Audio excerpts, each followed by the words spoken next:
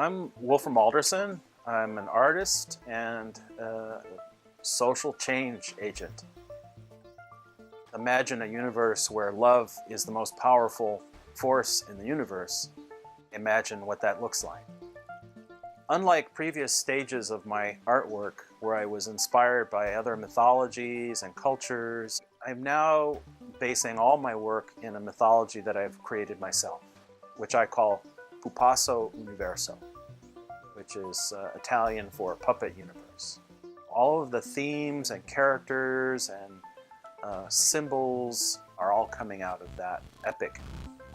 And in that space, I have multiple worlds that I've imagined. I wait for transmissions. I wait for inspirations. I do a lot of automatic writing and scribbling. Those eventually coalesce into an idea for a piece, whether it's a sculpture or a painting. I started making art as a child, literally painting on pieces of wood, drawing constructions in nature that really come from urban experiences, but also running kind of wild in Michigan woods.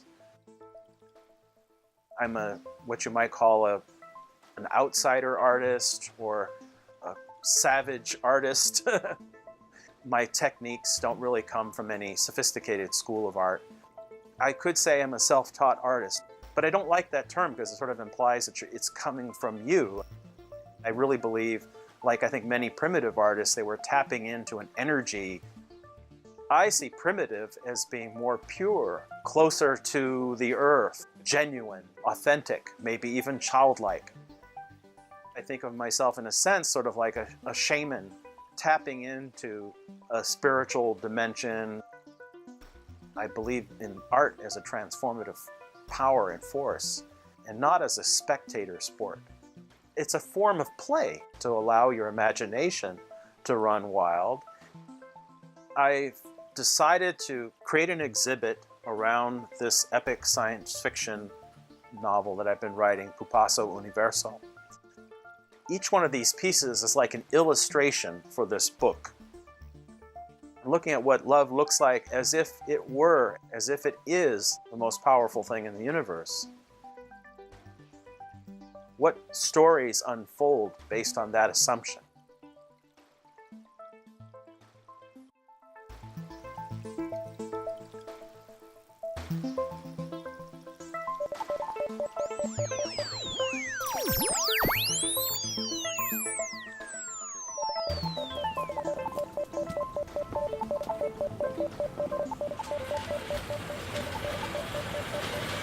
I'm currently in my studio. It's my garage, which is my art space. I'm in San Francisco in an area called Twin Peaks. They call it the fall zone of Sutro Tower, which is a giant sci-fi looking tower in the middle of the city. My current work is mostly wood. I like to work on wood because it's so durable. I have tremendous respect for many great painters that I know who work on canvas. But that would be much too fragile of material for me. I like wood because it allows me to just be free. If I drop a hammer on one of my pieces, I'm not worried about it. They're very much multi-medium, so I work in wood and metal and glass and wiring and nuts and bolts. Mostly materials that are easy to find in your hardware store. Usually there's some sort of rough sketch or something that I begin with, but oftentimes the work is very organic, meaning I have a rough idea of what I want to do, but I never know how it's going to turn out in the end. I start often with plywood, sometimes scrap pieces of wood, and then I begin carving those out and assembling them into larger pieces. There's a vision of the character, there's sort of an archetype, a set of colors perhaps, and certainly a theme that I'm striving to describe. And then I start from scratch, whether it's wood or whatever material I'm beginning with. There's usually multiple elements and layers, so I'm preparing all of those pieces to come together in the final piece. Cutting, sanding, gessoing, modeling, building up material. In case you're not aware, there's two kinds of sculptors. The famous sculptors who carve into stone. They often see what they want to carve in a giant block of stone or wood there, and they bring it out. And then there's the other kind of sculptors like me who start from kind of nothing and build out to something. Although along the way, I'll build out, but then I carve back in. I end up cutting out pieces and slashing a variety of things to actually provide a lot of texture. There's a lot of repetitive elements in my work. The theme of love, the hearts, the spirals. Part of that is inspired by, shamans who just were repeating verses over and over and over again. Or Buddhists who count beads, or Catholics who use a rosary. That element of repetition I find to be helpful in my work. It ends up being a lot of work because sanding and cutting and painting, all of these, there's so many different pieces. It can be, I think for some people it might make them crazy, but I actually find it to be a form of meditation. The larger pieces that I'm doing, I call them illuminated sculpture paintings. Illuminated meaning that they provide their own light source. All my work is shown in the dark. I'm undecided whether they're sculptures or paintings. If you were to look at them with the lights on, you might see a piece of sculpture, a multidisciplinary, multi-dimensional kind of piece. But when you turn the lights off and the light that emits from the piece and stand back, it all blends into one image, just like a painting. I like the term approachable or accessible in terms of my art. So that's another thing I find about galleries that are, often described as the white cube, the flood of light in many gallery spaces, the fact that most of them are rectangular or cube-like. You maintain a distance from the work. You can't touch it. The oils in your hand is going to, degrade the work. I, in fact, want you to touch my art. I want it to be a tactile experience. I actually feel that the energy from your hands imbues an energy to my pieces, that they've been touched. I'm giving permission. The second way of describing my work might be childlike. That's something I really try to preserve. And I think we've all heard that disparaging comment that somebody might make in a museum. My 3-year-old daughter could have made that. I would actually consider that to be a compliment. That's exactly what I'm trying to tap into, is that pure childlike joy in making art that is unschooled, but authentic and real. When you see a finished piece of art in the studio or a gallery, it's hard to imagine how it got there. So I actually do a lot of work documenting the pieces as they come along. So you can see, oh, that guy just started out scribbling on some plywood, and he cut it out, and he put some gesso, and you can see all the various steps, and you go, that is something I could do. What I ultimately want is when you're looking at my work to think, I could do that, why don't I do that? Because I think we all, to some extent, need to be making art in one form or another. If you walk away from one of my exhibits thinking, that guy got all his materials from Home Depot and the local art store, I could do that. I'd actually welcome that thinking. I don't want art to be this elitist kind of activity that's only accessible to a few. If you walk away with anything after seeing my work, it might walk away thinking I need to play more. I need to turn off the lights and get out the Christmas lights, or light a candle, or make a small altar in my house, or start writing that book that I've been thinking about writing for the last few years. Just start doing it. I really believe we are all artists. We haven't all come to terms with that. It could be a very scary thought for some people. It certainly has been for me. Good grief, what if I really am an artist? What does that mean? Does that mean I have to be unemployed and live a life in poverty and suffering? If you can set aside those fears and just allow yourself to play and let art come into your life, I think that it can be a very positive, healing, and transformative force. And if you get anything from my work that comes close to feeling like I want to play more, to be more creative, to do more art, I would be happy. I have to cut a piece, legs and arms for this guy.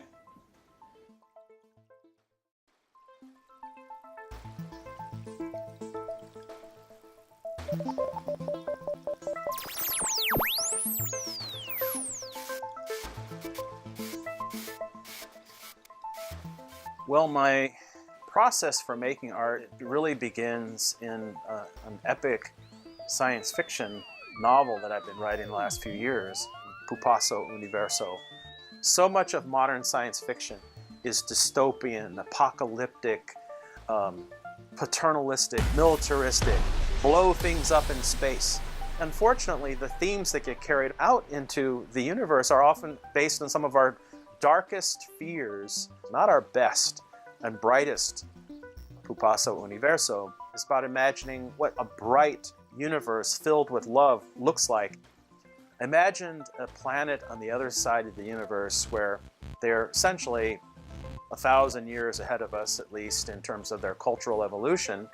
Puppetry has become their highest art form. Puppetry here on Earth was actually one of the first forms of public entertainment. Before there was ever television or radio, we had the Punch and Judy shows in the town centers. Most of the masses could not afford to even go to a theater. But puppet shows were accessible. And so I imagined that on this other planet, on the other side of the universe, that this art form evolved into a really high art form. And then I also imagined if it were possible to communicate across the universe with that planet, what would be the best way to communicate? Puppets, as avatars, as representatives of our true selves, are kind of a safe way to project your story out into the universe.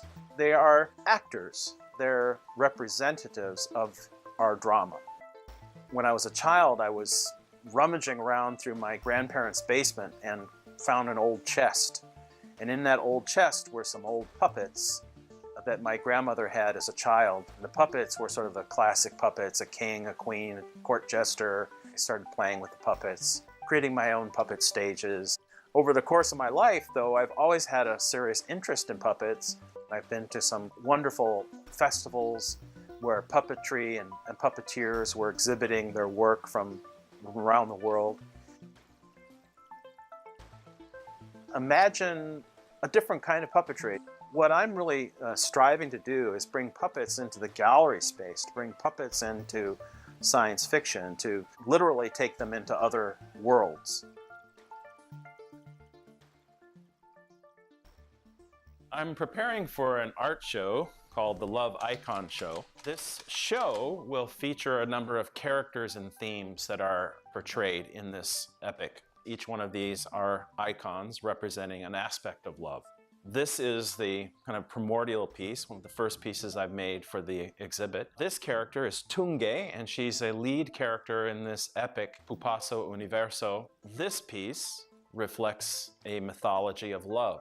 On this planet Marion, where Tunge is from, the idea of love has been taken to a whole nother level. They've developed love into a very sophisticated art and science, and they've developed something called the love algorithm. And on their planet, they've managed to work through some of the same challenges that we have on our own. They essentially came to the point in their culture and their understanding that love is the most powerful thing in the universe, and then really develop that, the highest form of thinking and doing. Tunge is a member of the possum species that has evolved on another planet, on the other side of the universe. Tunge has some interesting characteristics. She loves to run. As you can see, she's in this posture. Her planet is very lush and filled with nature. Tunge is also a scientist. She is employing a variety of mechanisms to communicate across the universe, but on her planet, they're forbidden to transmit across the galaxy. She's taking a risk by transmitting these messages that have to do with love, and she uses a character, an intergalactic love dog named Marflo, to carry those messages. And those messages are encoded, difficult for people to really know where they're coming from. What you see here also is a heart at the center of her being, which is multidimensional and flaming in a sense. These are flashes, which is essentially energy. The heart, it's also an electrical device. There's actually a certain amount of electricity and a charge, positive and negative. You see that it has an eye in the center of the heart. The heart is more than just a glorious pump. The heart is a transmission device. It's a way of seeing. It's a way of communicating. There's transmission and messages being sent back and forth across the universe. And these messages are portrayed by these spiraling figures around the piece. I call them balls of fire. I actually witnessed a ball of fire in the sky, and it was completely unexplainable. I also had a dream how extraterrestrials might communicate. They actually captured information in these balls of energy, and they were able to convey them to others. You see, her eye is in a spiral shape. That's also a symbol of energy or information being expressed, being transmitted. This larger heart, which is really symbolizing what I call the love algorithm. And that love algorithm can be communicated as a packet of energy that can be transmitted across the universe. There's a couple of major types of work in the Love Icon show. The illuminated sculpture paintings, and these are what I call explanatory paintings. What this portrays essentially is a map of the story of Puppet Universe. On two ends of the universe, we have planet Marion and planet Earth. If you just look at the way the crow flies here, they're not too far apart, but in reality, they're actually very far apart in the universe. But the universe ultimately bends in ways that we don't fully understand yet. And so I imagine in my book that these two planets are actually much closer. This is Paul, who's the artist in the book, who plays a central role. You see these little funnel shapes and flows here, sort of what you might imagine to be wormholes, pathways through space. And then other planets which are homes for some of the characters that are portrayed. This is Tunge's planet, planet Marion. Then we have a chicken planet. They're called chickens with a Z. Marflo is portrayed here as he's on his way to planet Earth. Here we have this, what looks like a meteor flying through space, carrying the love algorithm, and G32 projecting these entities or packets of love as they go across the universe and infecting the universe with the love algorithm. That kind of gives you a big picture view of what's going on in Pupazzo Universo.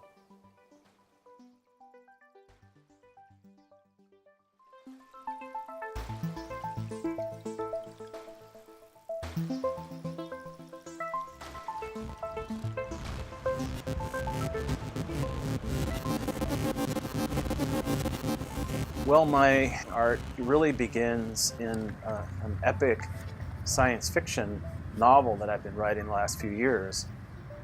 All the pieces in the show are downloaded from that. The show itself is called the Love Icon Show, and you might think of this phase as the children's book version. Illustrations of key aspects of the book.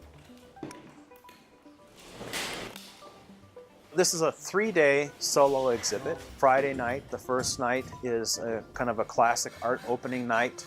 The second day, the Saturday, is going to be an all-day love-in. So we're going to have readings from Pupazzo Universo. We'll have various guests coming in to do things like music that opens up the heart, readings from important works about love, and a meta meditation that focuses on meta love or agape love. And then the third day, Sunday, will be essentially a celebration day. The gallery will still be open. We'll be having food and friends in the space celebrating. This is also in a gallery. It's called Spark Arts. It's in the Castro here in San Francisco. It's a community gallery, different than some of the higher end galleries in San Francisco, partly because of their mission as a gallery is to do exactly what I'm trying to do with my art, which is to be accessible, to be community-based. Also, this is the 50th anniversary of the Summer of Love in San Francisco.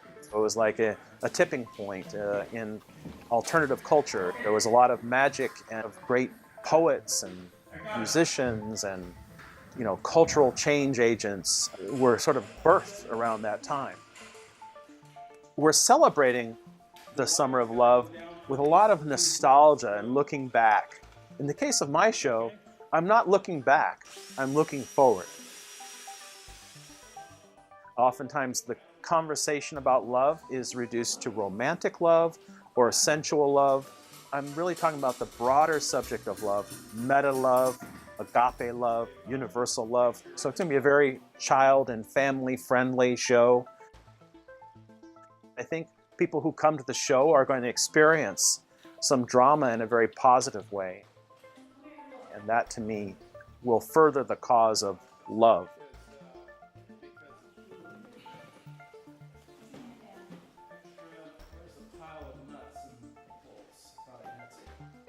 It's sort of the artist's delusion of grandeur to imagine that you can make the world better by using your creativity and imagination.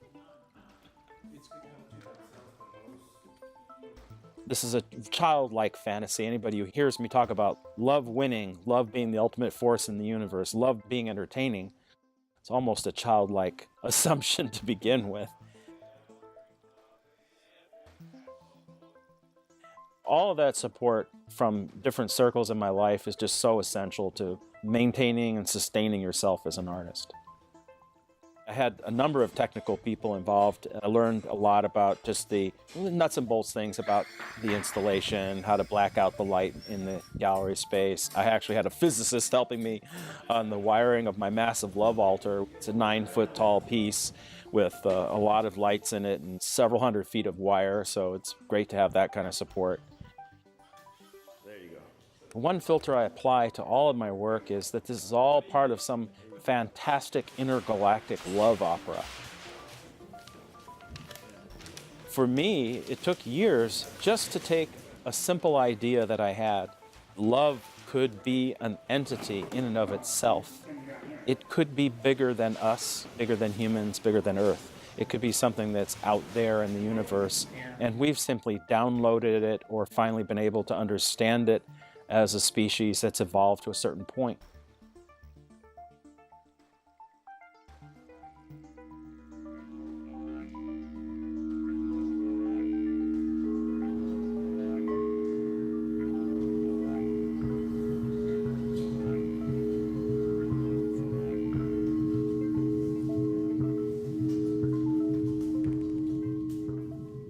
My process involves studying love. A huge part of my book involves research. I have a whole internal website that's cataloging topics, collecting bits of knowledge and wisdom about love. I use this information as inspiration points. A really important aspect of my creative process is this collaboration, the conversation with others. I could just go into the studio and make the work and then unveil it at some point. But I can't help myself but want to reach out and pull others into my madness, into my creative process. My mother was a poet in an effort to pass on her life wisdom. She said, "We come here to love and to learn." For me, that is the most powerful thing behind this work as an artist and the Love Icon show. The learning, the loving that I experienced, hearing and listening how the work touched people in different ways. Hi, I'm Fiona Fay. I do nutritional lifestyle coaching. I met Wolfram just over a year ago via the IRN and Dr. Lustig. I also have a creative background. I love doing art and creative things. I really appreciate what Wolfram's done here, the whole theme of it and the feel of it. Most people think of an art exhibition as just being visual, something you look at and it pleases your eyes. It's actually physically interactive. It's a sensory exhibition. So you've got the color, you've got sound, you've got light, and it all fits in with the theme. And the theme of this is love. And if there's anything we need more of in the world right now, it is love.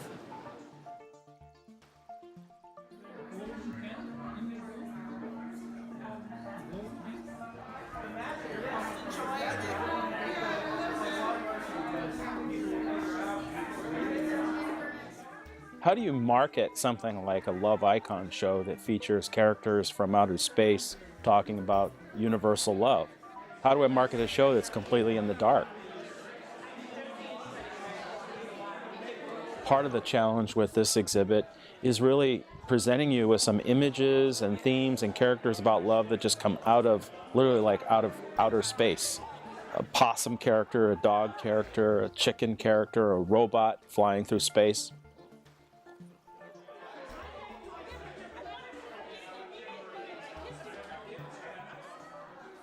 I'm an artist, but I'm also a guy that has 2 degrees in leadership and organization. If love is going to win, if love is going to be a transformative overarching force in our lives and our world, we actually need to take love to another level.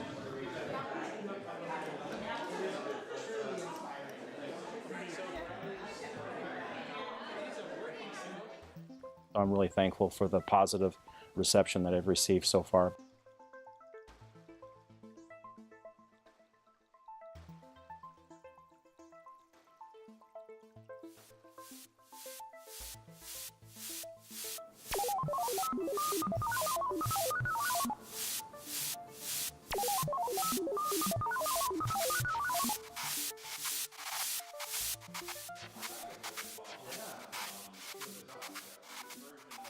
How is all this going to unfold? How is Pupazzo Universo going to be revealed to the world?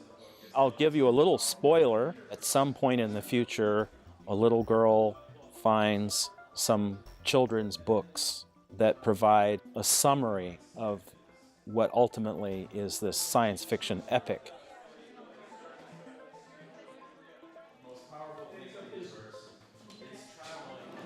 Hi, I'm Roberta Ruggiero. I'm president and founder of the Hypoglycemia Support Foundation. One day I get a phone call from Wolfram. After an hour and a half of talking to him on the phone, that was it. He had the same thoughts, feelings, and future plans of his organization, the same as I had of mine. 2 months later, he became the CEO of our organization. He is just dynamic, high energy. The thing about Wolfram is that everything comes from the heart. His heart, his love is so massive. It just blows my mind. I want to read his book. I want to see his movie about it because it's so powerful. And I know the hard work that he put into it, the hours that he put into it, but most of all, the love that he put into it. I'm behind him 100%.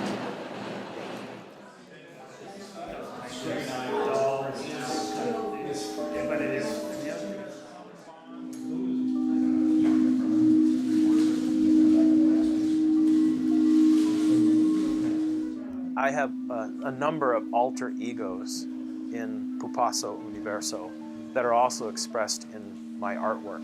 One of the characters is an artist named Paul. My first name happens to be Paul, my middle name is Wolfram, but I've been going by the name Wolfram for many decades.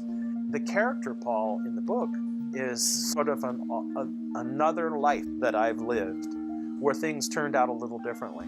I also use that character on that alternate path to explore the universe out there. Paul finds a way to do that through communication with entities from other planets.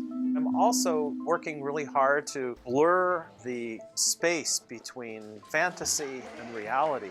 At some point you wonder, who is this guy? Is it just another part of Wolfram? Does this artist really believe this stuff? Is he really getting transmissions from across the universe? Or is this all just some crazy fantasy? If you have question marks, then I've done my job. I say coming to theaters near you because the love algorithm is headed towards planet Earth and going to infect us.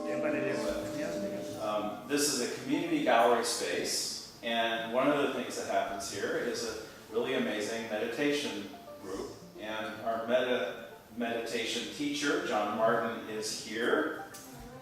You might call it an obsession. I can't help myself. This symbol of the heart overwhelms my consciousness. I feel like it's something we need to express. It's missing from our culture today. We allow our hearts to take a secondary role in our lives. I feel like it's more important now than ever. It's never too late. So the Buddha offered this practice of meditation. This is essentially my story, the story of love. Pupazzo Universo, the love icon show. It's a story of love as it travels through the universe. Sending out love outward toward other beings. May all beings be healthy. May all beings live with ease. And the wish for all beings to be free of suffering and causes of suffering. So, thank you for your beautiful expression of love in this now. Thank you. Thank you.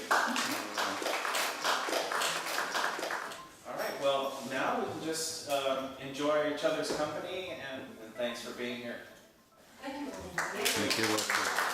Thank you, Sean. Thank you, Helen.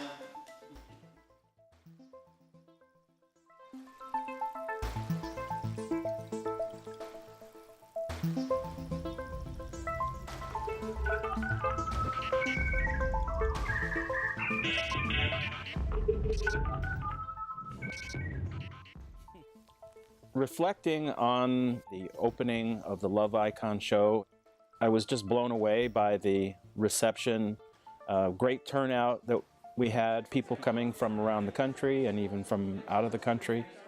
Just a really good vibe all the way around, lots of fun getting the show ready. It took a whole team of volunteers to help me get the show installed and to uninstall. I was particularly enchanted when children and families came in. There were people who came to the show who know me in my other life as a social change agent, haven't seen my art before, and are kind of surprised, like, where is all this coming from? Part of the work was really being present as an artist, and just as people are coming through, answering questions, having conversations, and talking about where the work is going. You just have to systematically put yourself out there, and that's what I've been doing, reaching out to people. In the dark corner of every artist's mind, you're waiting for somebody to say, this is just crazy. Where does this doesn't make any sense, Go back home, pack this stuff up, and, find another career or something. But in fact, I received a lot of encouragement, and there's been some really interesting conversations where the Love Icon show is actually getting legs. And I'm talking about the children's book, I'm talking about an intergalactic love opera. People are fanning the flames of this whole idea, and to me that's just delightful beyond belief. And of course I'm looking forward to taking the show on the road and sharing it in other cities and in other countries. Question is now, what's next? What am I up to now? Where does the Love Icon show go? It's just really interesting to see what happens once you've kind of given birth to something. Love Icon show was really the first child of Pupazzo Universo. Now I'm 120,000 words long into my book. Really important mechanism for me to be able to finish this book has actually been the development of the Love Icon show and the related projects. They help me work out elements that are in the book kind of in the real world. One really important way in which the writing of this book is intersecting with reality is the situation on our planet right now where over 10% of the planet are people who've been displaced, who are refugees, who are homeless, who are enslaved. The story of the Love Icon show and the story of Pupazzo Universo is the story of creating moments of magic and places of rescue. Love and refuge is more important now than it's ever been in human history. And that means ultimately talking about refugees and talking about displacement. What I'm talking about is the love deficit in our world, and invite you to fill in that deficit and actually create spaces in the physical world where love exists, whether it's been installed for a public art exhibit or permanently installed. In the development of additional pieces that relate to the work, they're shifting from the non-verbal images of characters who champion love through time and space to actual sentences, actual messages, actual questions about love, and expressing those in three-dimensional form, creating sentences that will actually go into gallery spaces and be exhibited along with the work that I'm doing. The other part of it is in public exhibits and very large sentences, 9 feet tall, 500 feet long, that involve hundreds of volunteers to construct. I think one really important thing I want to communicate is how important it is for us right now at this point in history to be not just talking about love, but doing about love, expressing love on a deeper level, not being afraid to have love in your work, love in your life, love in your politics.